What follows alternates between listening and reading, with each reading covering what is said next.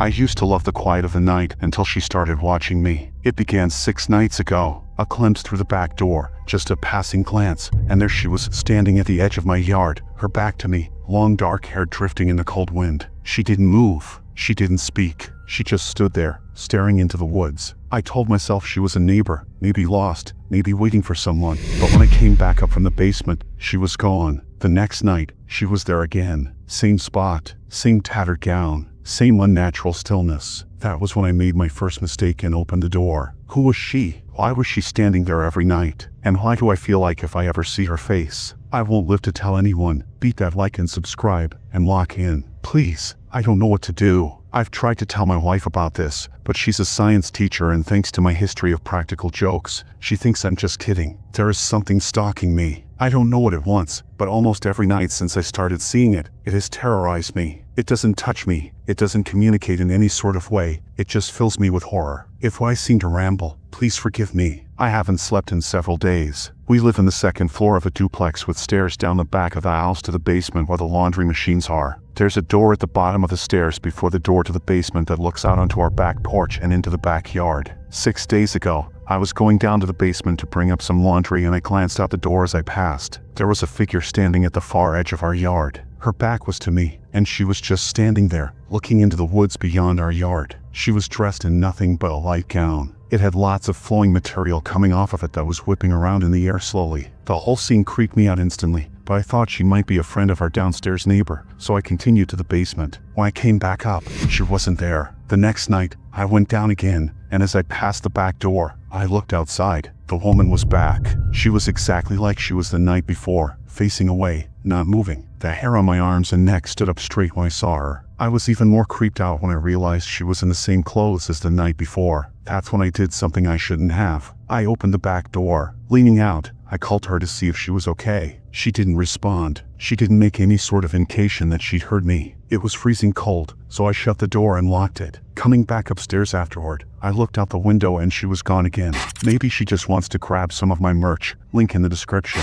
Later that same night, I was in the bedroom, getting ready to go to sleep. Everything was dark, because my wife had gone to bed before me. Our bedroom looks out over the backyard, and my side of the bed faces the windows, so I have to go past them to get in. As I was doing so, I suddenly got that same deep dread feeling in my stomach that I had gotten the first time I saw the figure in the backyard. Something compelled me to hesitate by the windows. My hands were shaking as I pulled the curtain back a bit and peeked through the shades into the backyard. It was a clear night, so the backyard wasn't shrouded in darkness. The woman was standing in the middle of the backyard, no longer at the edge of the woods, facing the house with her head tilted up to look directly at the window I was peeking from. I jerked away instantly, afraid she had seen me. Her face was covered in shadow and hair, but I saw her chin and nose. A sharp nose and a thin chin. Gray. Her skin looks gray, I think. Her hair is black and long. I was so scared, I jumped into bed and covered myself with the covers. The next day, I played outside in the snow with my 4-year-old daughter. She wanted me to pull her on her sled in the backyard, but just the thought of going back there made me scared again, so I talked her into digging holes in the snow in the front yard. That night, things went from bad to worse. Somehow, I had managed to forget about the woman. Then, in the middle of the night, my daughter started crying. Our bedroom is just across the hall from hers. I thought she might need to use the bathroom or just be having a bad dream, so I went into her room to see if she was okay. She was uncovered, curled into a ball on her mattress. I pulled her covers over her, and that's when she whispered to me, "Daddy, there's someone in my closet." Instant goosebumps. I turned my head slowly toward the closet door at the end of her bed. Normally, the closet is shut, but now it was open. The woman was standing in my daughter's closet. Not even when it was clear that I saw her did she move or make a sound, just stood there and looked at me through the cracked open door. My blood ran cold when I saw her. "Get up," I told my daughter. "Get in my arms. Quickly, quickly." She scrambled up and hugged me tightly, and I walked backward out of the room, watching the closet the entire time. In my mind, I imagined her throwing the closet door open and running at us, arms outstretched. I just hugged my daughter and walked backward into my room. The woman never appeared in the doorway. I heard no movement from my daughter's room. I tucked her into my bed and stood there watching the doorway to her bedroom. I did not go back in. I just stood there and watched and listened. When I finally got the courage to climb into bed, I didn't sleep.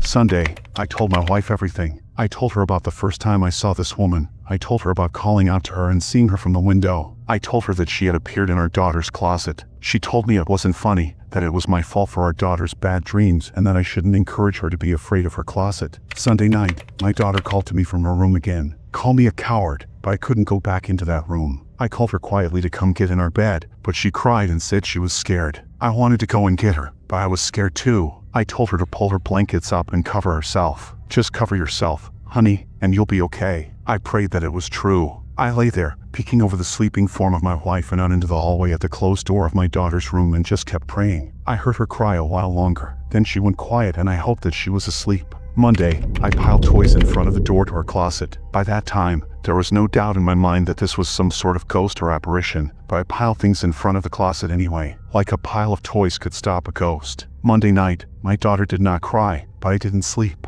I lay there, looking at the ceiling, tense. Around 2 o'clock, I heard her bedroom door creak open and I knew something was wrong. She must be scared, I thought, so I called her like before. Just come to me and you can sleep in our bed, sweetie. But she didn't come. I peeked over my wife. The woman was standing there in the doorway to my daughter's room. Her arms hung at her sides, her shoulders slouched down. Her gown was dirty, like it hadn't been washed in years, and hung off her like torn rags. I wasn't breathing, I wasn't blinking. I just looked at her and she looked at me, and I thought, this is it. I'm going to...